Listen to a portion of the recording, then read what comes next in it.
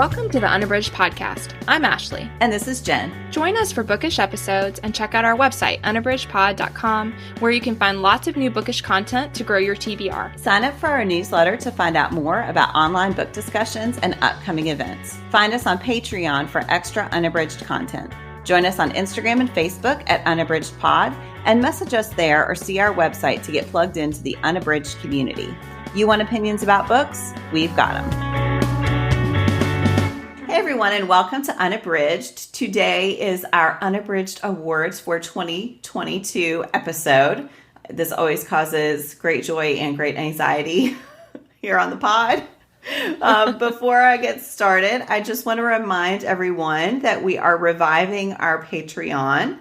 If you are interested in supporting our podcast and in getting a little extra content each month, you can head over to patreon.com/unabridgedpod. We are releasing an extra episode every month for our Patreon supporters. And, you know, we love our podcast, but we definitely could use a little financial boost. So head over there, check it out, and we'd love to see you in that community.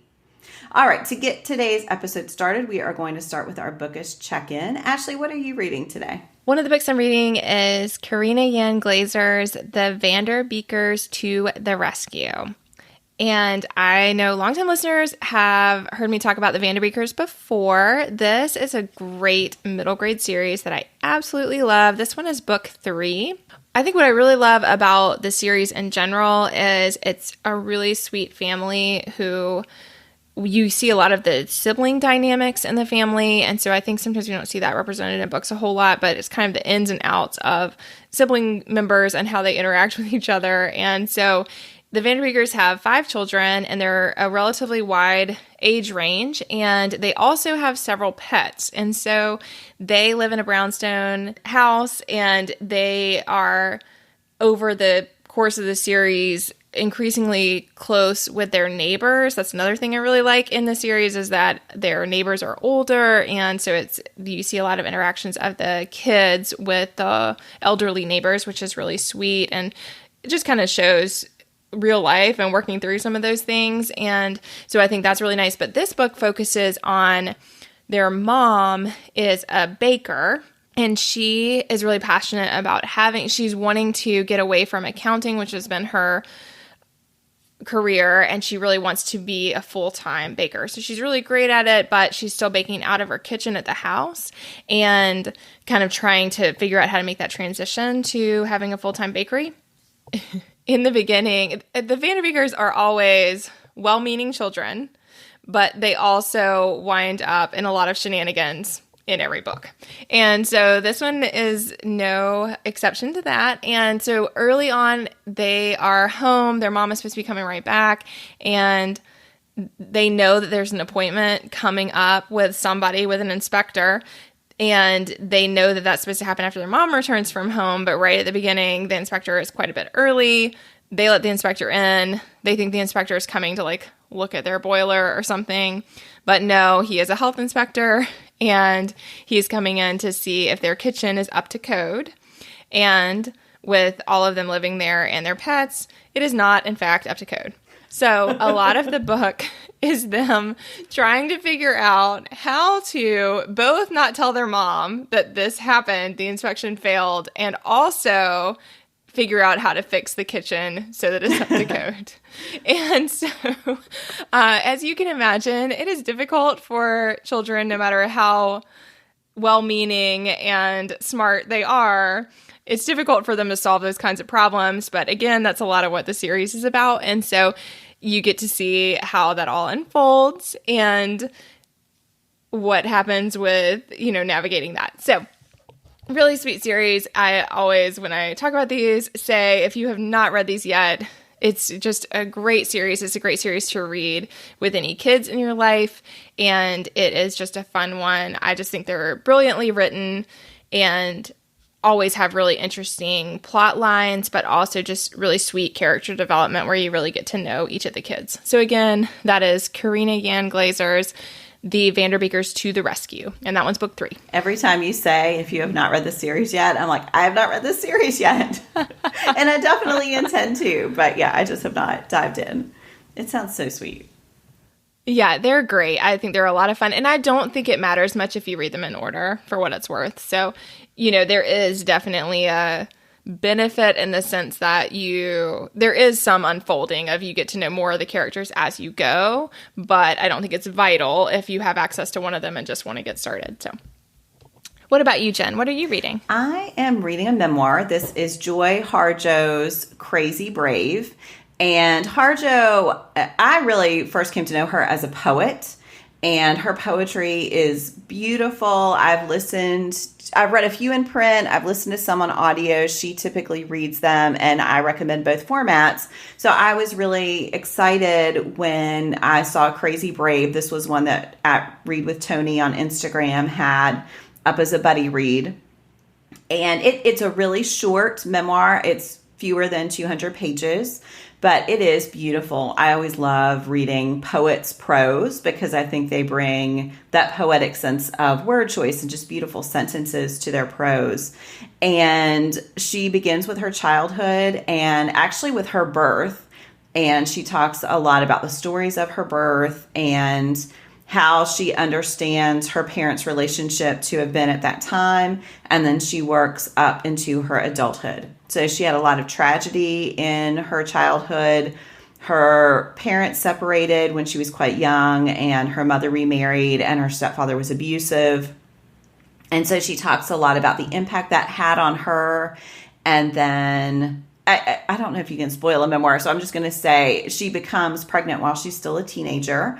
And she talks a lot about sort of repeating some of the patterns that her mother had and then trying to break free of those patterns while still honoring who her mother and her father were. So it is absolutely stunning. I'm really enjoying it. There are definitely difficult parts. So if you are a sensitive reader, you may want to check out some trigger warnings, but it is really beautiful. And the English teacher in me cannot not recommend her project from when she was poet laureate. Is called Living Nations, Living Words. And if you have not checked that out, it is an amazing endeavor. So she worked with other Indigenous poets and created a GIS. So everyone has a place on a map, and they talk about how their poetry is rooted in where they were and about how the boundaries that govern our current United States don't always apply to Indigenous people and to the ways that they approach the world and to the work that they are putting out. So it's well worth checking out. We'll put a link in the show notes. It is a really, really cool project. And I've used it with my students, and it is really interesting to see them just explore the content that she has there. So the book is Crazy Brave, but also check out her project, Living Nations, Living Words. Wow. Gosh, that sounds amazing. It's really cool, Ashley. You would love it. It's hard to describe, so I realize that might have been a little muddled, but once you click on that link and just start exploring, there is so much good stuff there. So I will definitely check that out. All right. Well, we are ready to begin the awards portion of our episode, and this has been quite an evolution since we first started doing those. I think we are quite resistant to ranking books and to saying that these are the only books we love from a year. And yet we also know I love to look at other people's awards. And so I just don't want to pick them myself. So I will say we are planning to each do a bookish fave, offering some other favorites from the year. But we have chosen a few books to share with you that we really loved from 2022. Anything you want to say about the anxiety there, Ashley? No, yeah, I think it is really hard to sort through. I think that most of us as readers know the books that really resonated, because when we see the title, you feel an emotional impact, and things come to your mind. And so I think it's easy to kind of sort books between ones that made a lasting impact and ones that didn't. But then, to get beyond that, I think is really hard. So that is why we don't rank them, but instead try to just give them a specific award in the sense of this is what the book did for me. So that's kind of how we've approached it. All right. Well, we are going to share our categories here. So, Ashley, what is one book that you want to share? One award you want to give? I'm like, which one do I start with? I don't know. Having some anxiety. So I'm going to go with a memoir that I read first. And this one I gave the award of Inspiring Story About Finding Your Way Forward. This one is Sylvia Lovato Vasquez's In the Shadow of the Mountain, a memoir of courage. And I shared a book review about this one a little while ago, but I just found this deeply resonant. So in this one, first of all, I listened to the audiobook. Sylvia reads it. The author reads it. So I really loved that. But I do think it'd be great on print as well. And what I thought was really fascinating, the basic premise is that she is telling the story of her summiting Mount Everest. And so in a lot of what's happening throughout the book is the actual grueling physical journey of her going from base camp to base camp, moving her way up to summit Mount Everest. And that alone is really fascinating and something I didn't know a whole lot about. I mean, obviously I knew it was a challenge and that a lot of people don't succeed. And I knew that there was like oxygen involved and things like that. But that was kind of the extent of my knowledge. And so it was really fascinating to hear her talk about the training and the process and the gear and all this kind of things. So there's some of that. But you see her with a group of people and women and non-binary people who are making their way with her. And so in the beginning, and they what you want come to find out is that the group goes to the base camp with her, but then they split ways and, send her off. And then she kind of takes their offerings up to the summit. So the rest of them don't do the summit part with her, but she is bringing them along. And in the beginning, you're kind of unpacking how that's happening. But essentially, you really see that she is mentoring these people, these young people, all of whom are survivors of sexual assault. And so she essentially, when she first met them, said, I have found my way through climbing and I'm going to help you do that too. And so that really is the premise. And so that's happening in the present time, but then you get all of her backstory of her, what led to the moment of her climbing Mount Everest. And I think there were a lot of things I really appreciated about it, but I think that part of what was so impactful to me is just how honest she was about the trauma that was inflicted on her, but also all the ways that she tried to run from it. And she talks very frankly about alcoholism. She talks about, just being at the bottom of things. And so you see all of that. I will say, like Jen said about trigger warnings, I mean, this one has a lot of really hard things in it. So and again, it's her life and she is telling a story of her life, but if you feel sensitivity to those, it might be helpful to know up front what some of those topics are. I will say she is at a very young age when she starts having some sexual abuse happening. And so that's really painful, as you might imagine. And part of why it was so traumatic for her, because she was so young that, she did not have any awareness of anything about it, essentially. And the person was assuring her that her parents wanted that to happen. And so there's a lot of, all the things that we are trying to do better with kids about now, to always make sure that they have an age-appropriate understanding of some of those things, because it's exactly something that could have been avoided, but she had no bearing to have any idea that something was wrong until much, much later. And so, I just thought that her writing is gorgeous. Her path is a hard one, but is just phenomenal. And she is a really amazing person. And so I just absolutely loved it and think that it left a deep impact. And I love seeing how, kind of what you were saying about your book, Jen. She has this whole website and all this amazing work that she's doing to raise awareness and to support survivors. And it's just really cool to see how she's found her way. And I won't say, you don't get over something like that, but I think that she has found a way to thrive and to deal with her reality. So inspiring, such a really, really amazing book. And one more time, that is what I said was an inspiring story about finding your way forward. And it's by Sylvia Lovato Vasquez, and it's In the Shadow of the Mountain, a memoir of courage. Oh, it sounds so good. I keep looking at that in my Libro FM roster and thinking I need to get to it soon. Yes. Oh my gosh.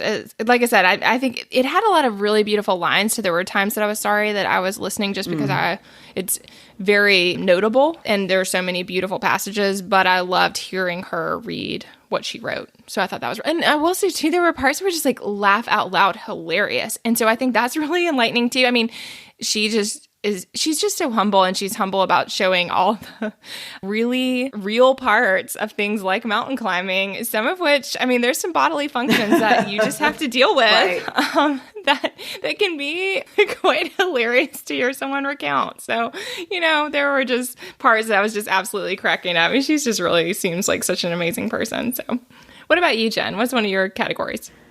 All right. So I am going to share a book. This is the award. Book I bought after I read it because I needed to have it on my shelf. And I feel like that award itself requires some context that I've been trying to cut back on my book buying because I only have so much shelf space and only have so much money. And this is one I checked out of the library and then loved so much, I went out and bought a copy, even though I had just finished it. And so that is Maggie Shipstead's Great Circle. And I'm going to try, but I have been having a really hard time articulating why I love this book so much. It is one of those that just swept me away. It's a chunk of a book, but I could not stop reading. I just loved it beyond all reason. I just loved it so much. But there are logical reasons I loved it. There, in addition to the emotional depth that I found in this book. So it has parallel storylines. One is about Marion Graves, who in the early 1900s decides that she wants to be a pilot when it is not really accepted for women to be pilots. And she lives a life of adventure and of constantly working to get outside the bounds that are put around her, both because of where she grows up. She grows up in a really isolated part of Montana, and because of her gender. And she goes through some really difficult experiences with powerful men, and you see her working to break out of those while still maintaining a sense of who she is. And then the more modern storyline is of a woman named Hadley Baxter, who is cast to play Marion in a film version of her life. And we find out very early in the book that Marion was lost on an attempted flight to Antarctica. And so it's really this interesting phenomenon that you're watching Hadley try to figure out how to play this amazing woman, and you're seeing Marion's life from its beginning while sort of knowing how it ended, but there's also this question mark of how was she lost? How far forward can our knowledge of what happened to her go? And usually I found when I'm reading parallel storylines, or not usually, but often, I really prefer one storyline to the other. And in this one, I was sad no matter which storyline was just ending because I love both women's stories so much. And there are definitely these echoes between the ways that they are restricted by who they are. So for Hadley, she came up very quickly in Hollywood and had this really early successful career, and then made some decisions that have boxed her in. And so she's trying to find a way out of those. Both of them have early tragedies in their lives, which means that they are not raised by their parents. And so you see the impact of that early trauma on each. And yeah, so it's just the way that Shipstead plays with those echoes, I think, is really smart. And you see that even though women have made progress, there are still ways that women have to fight to establish their own identities and not to be judged and defined by other people. I mean, it is just the best kind of historical fiction. I absolutely loved it. So that is Maggie Shipstead's Great Circle, which is the book I bought after I read it because I needed to have it on my shelf. That sounds awesome. I think that's such an interesting observation about how the storyline, I think you're right. A lot of times with the storylines, you wind up preferring one part to another. So yeah, that's really cool. Yeah, it was so good. I would love to read it via audio as well. I think it would be really compelling, but Shipstead is a great writer. So it was nice yeah, I checked it out as an ebook for my library, and so I was marking quotations throughout. It's a beautiful book, so it makes me happy every time I see it on my shelf. Just brings back all those feelings. There you go. Yeah. All right, Ashley, what's your next choice? So I'm going to go with, this is Graham Simpson's The Rosy Result, and the word I gave it was deep questions amid a compelling plot line. And I chose this one, so this is the third in a series. A little while ago for the Bookish Check-In, I shared The Rosy Effect, which is book 2. The Rosy Project is book 1. But I think that what I really loved about, first of all, I just thought it was a phenomenal series. So if you're looking for a really great trilogy, I felt like this one held up really well, and I loved all 3 books a lot. And so that was something that was striking to me about, a lot of times I find that the third book is hard for, or the last book in a series is hard for authors, but in this one, I just thought it worked really well. But then the other thing that I really loved is that in both book 1 and book 2, Don Tillman is the main character, and I would say that he very much seems neurodivergent. And so he resists a lot of labels that people try to put on him throughout.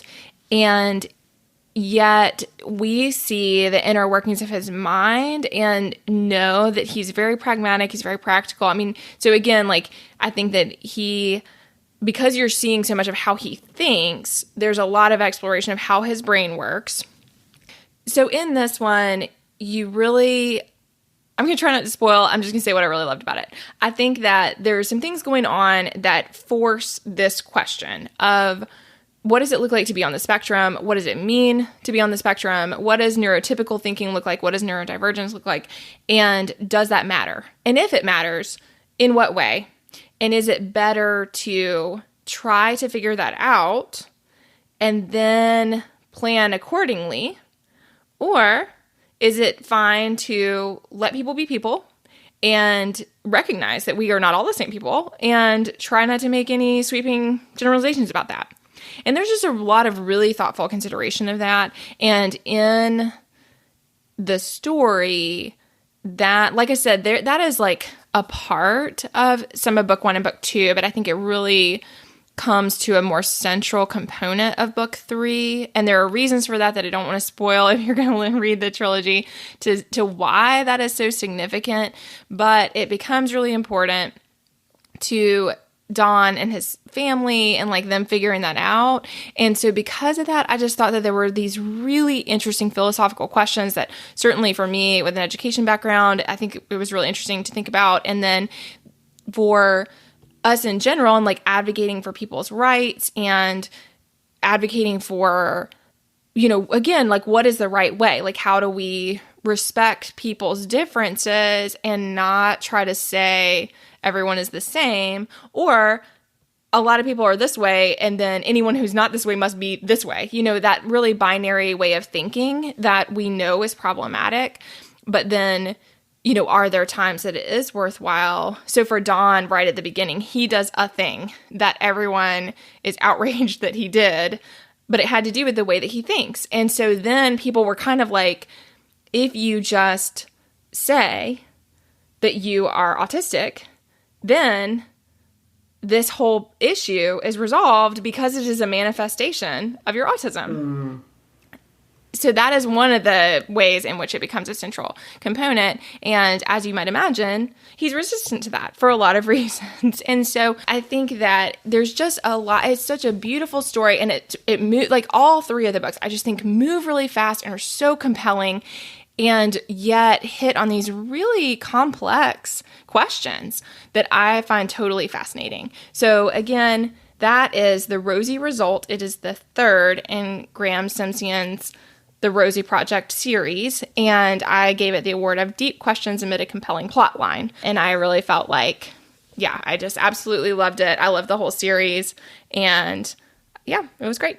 You talked about the second book, I think in a Bookish Check-In, and it made me want to dive in, and then this week we want to dive in again also, because The Rosy Project was so good. I just have got to get back to this trilogy.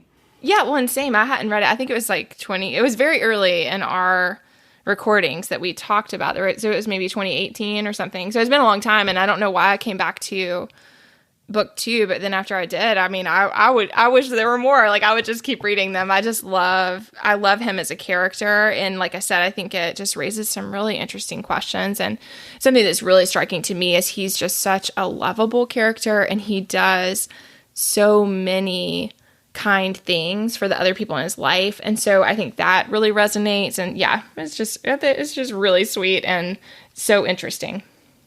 What about you, Jen? What's your second one? So my next award is Book That I Regret Waiting So Long to Read. And I'm giving this to Octavia Butler's Kindred.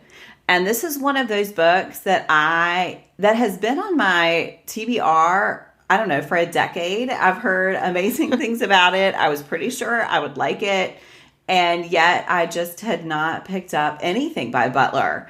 And now I've read a few, and I just want to keep reading until I devour her backlist. So I talked about this on the podcast at some point, I think as a book as check-in. So I won't spend tons of time on the plot, but just so you know the premise, this is about a woman named Dana in the 1970s who, for reasons that are never really explained, will suddenly time travel back to the antebellum era in the South. She is a Black woman, so when she travels back, people treat her as if she is an enslaved person, and she continues with some time jumps to be dropped in the same place with the same family. And they, of course, have no idea why she will just randomly disappear and come back.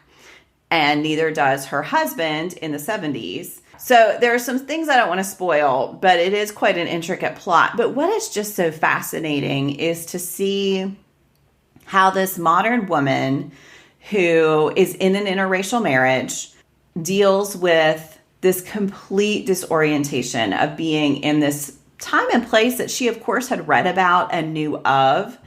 But we all know that that is very different from actually being, having to deal with the ramifications of being in that time and place. And you see her empathy for some of the plantation owners and the way that that empathy makes her hope that they are redeemable people. And then the way the plot spins out from there is just absolutely fascinating. It makes you think deeply about people and how much control they have within a system. It is just one of those things that makes you question everything. And the way Butler uses that time travel mechanism to drive these larger questions is so fascinating. She has such a deft touch with the time travel, which sometimes I can find to be annoying. But I think when it's done well, it can be so interesting to just explore that disorientation. How you deal with going back 100 years into the past when the country looked entirely different. So it is just an earth-shattering book. It is absolutely amazing. If you read it and haven't read Butler before, I think you, like me, will want to read all of the Octavia Butler. It's a book, if you've been waiting to pick it up, pick it up. Now, it's great on audio. I really love the audio. It moves so fast. I think because it's a classic, it can have that kind of daunting factor where you think it's going to be hard work. And it's not that it doesn't make you think, but it is not hard work to read. It is so compelling. It feels, it's like an action novel or a suspense novel because there are all these things that you want to see what happens. And yet there are all these important questions underlying that propulsive plot. So again, book that I regret waiting so long to read, and that is Octavia Butler's Kindred. Yes, I remember when you were talking about that one before, Jen, and I still haven't read any of her work, and that is very high on my 2023 priorities because I just want to get into it. Because I've had them, several of hers I have on my Kindle, and they are just waiting, and I need to dive on in. It sounds amazing. Yeah. All right, Ashley, what is your third choice? All right, so I am going to round out with a very different style, and this one is one that I talked about at the beginning, early on in 2022, and it is gorgeous art that tells a powerful story. This is Jason Reynolds and Jason Griffin's Ain't Burned All the Bright. And I cannot say enough about how phenomenal this book is. This is one that Jen shared with me, and I think that as I was looking back over the year, why it stood out to me is, like I said in the award, it is art that is telling a story. And I think the art is central to the book in a way that's just really stunning and resonant. I think it really stays with you because I had such an emotional connection to the story. So this is very much an exploration of what it feels like to be Black in America right now. And so it really gets into, again, through very few words. It centers on a teen. You can tell that it's a teenager, a boy, and that, again, a lot of this is unnamed. It's through art, but you can tell that it's a boy, that the boy has a sister, and that the boy is living with his family, and that is during the pandemic. And so I feel like there's just so much that is moving without saying a lot, as far as the feeling of suffocation, of not being able to leave your house, of not being able to be safe in any space, and at the same time for major events to be happening that deeply affect you. And so you kind of see all of that going on in the story. And so when I was looking back over the year, I mean, I just think that it was such a powerful read. It's gorgeous. It's really just like the art is really striking, beautifully done, layered, textured, turns out really well within the book. And then also, so it's Jason Griffin's art, which is phenomenal. And then Jason Reynolds is layering his text onto that art. And Jason Reynolds, we talked about many times on the podcast, he just is really phenomenal and has a way with... No, his writing is really amazing, but he is quite a poet also. And so I think that poetry style complements so nicely in this particular collection, the way that they put it together. And so, yeah, I just absolutely love it. They have a really sweet friendship, and they have this really sweet account on Instagram where you can see some of the ways that they make art together. And so I just think that it's something that's really stayed with me, because I think that we've said before that Reynolds really just has his finger on the pulse of young people in America. He's speaking to his experience as a Black man in America. So I think while he's careful not to make sweeping generalizations about that anybody is having, that not everyone's having the exact same experience, and yet there is this element of universality in this book. And I thought that what was really striking is that it both is showing how painful some of these components are of what's going on in our world right now, and yet also really hopeful. And so I thought that was a hard balance to achieve, but I did feel like with very few words that you have a story that does not turn away from how hard things are, but also retains this remarkable sense of hope for a better future. And so I think that's really amazing. So that is gorgeous art that tells a powerful story. And it's Jason Reynolds and Jason Griffin's Ain't Burned All the Bright. I love that one so much. I was just sitting here grinning as you were talking about it, because it is one of those books that, of course, is dealing with really serious things and has really solemn moments. And yet my feelings about it are completely warm and just, yeah, it's such a great reading experience. Yeah, and it's a very quick one. So again, great for students. But if you are looking for something that has a deep impact but also moves quickly, I mean, it just doesn't take any time to read, but it really stays with you. What about you, Jen? What's your final pick? Well, as I get ready to launch into this final pick, I will just say I did not mean to pick all historical fiction. So I just had that revelation. But anyway, so this third pick is an award for the story that enchanted me and defied my World War II book resistance, which I feel like is well documented on the podcast. So anytime a book can break through that ugh of hearing that something is a World War II book, I feel like it's notable. This one is Sarah Winman's Still Life. And this is one, oh my goodness, that just makes me smile. So it is set in 1944 in Tuscany, and it deals with this small community who I would call a found family, who through the trauma of World War II and through some challenges that are unique to that place, they support each other, they love each other. Some of them make some really bad mistakes and almost alienate the others, and yet the feeling that they are really a family who has chosen each other it just happens throughout. There's some magic. I wouldn't call it quite magical realism, but there are some whimsical touches that are magical. There is a bird, for example, who is a big part of the plot, and I would say is definitely part of that found family.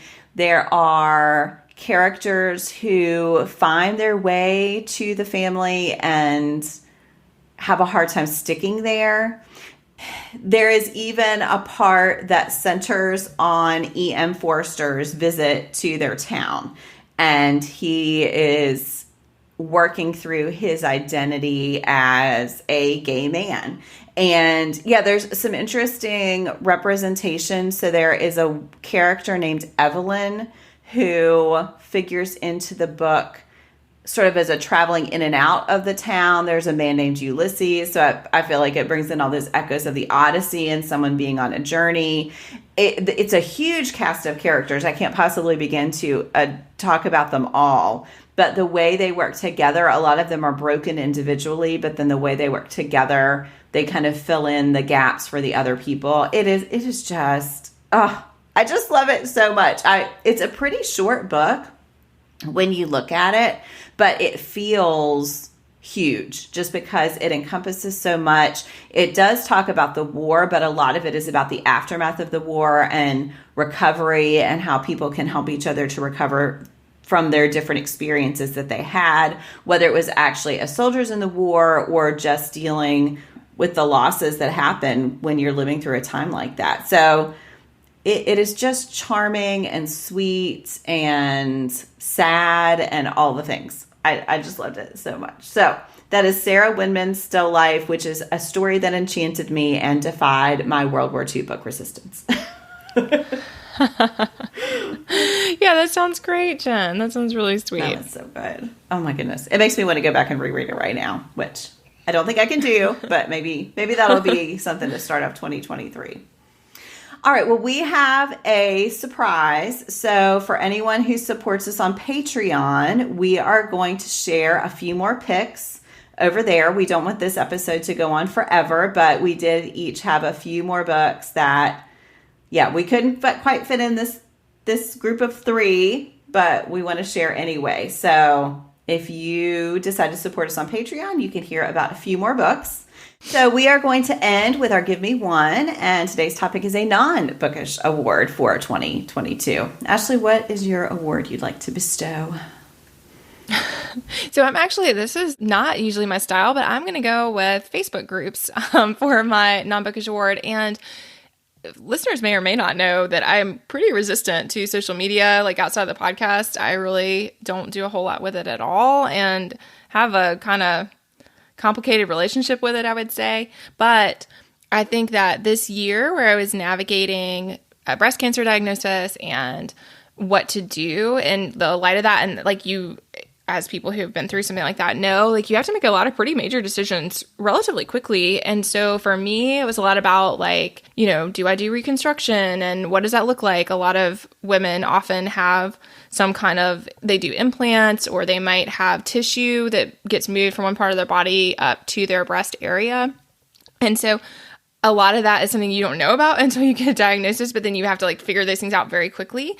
And I found that Facebook groups were just really great for helping get information out there, for finding people who are in the same situation, and then for getting really good advice and opinions on choices that people made and how they felt about them. So I know I have shared before, but I chose to go with a flat closure, which means that now my chest wall is just straight down. It looks, more like a girl who hasn't developed breast. And that's been a great fit for me. But anyway, that was a hard thing to navigate and something that I just really appreciated, having other women who had been there and had made the choices and who had some time to reflect, and the Facebook groups made that possible. So it was just a great example of a time where social media can do really great things.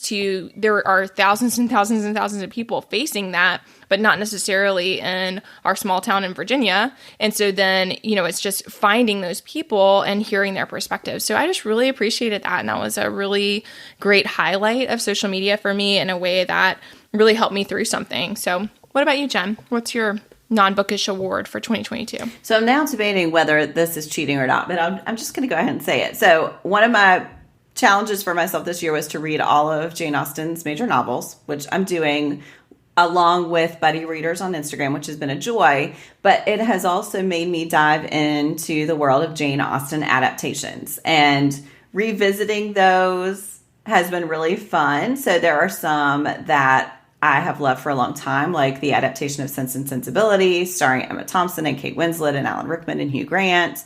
And then there are some that I had never watched before, like the PBS version of Pride and Prejudice, which I had never seen, starring Colin Firth. And so that has just been a lot of fun. It's been this little touchstone through my year that has not felt high pressure. It has just been a really fun little project that I've taken a great deal of satisfaction from. So maybe that's cheating, hopefully not, but yeah, I'm going to say. I don't think it's cheating, and I'm glad that's been such a success. Yeah. And I think that was something that, in general, I know when you started, I think it was not, I think you had a little seed of an idea, and then it became a really big thing that a lot of people participated in. And yeah, that's cool about the adaptations. It's been fun. I've been reflecting in our newsletters. So people who read our newsletters, which you can get to from our website, have seen me sort of reflecting as I've finished each book. And then I've talked about the adaptations some there. So if you want more detail, if you subscribe to our newsletters, you can get our back issues and you can watch a little bit more about my journey there. But yeah.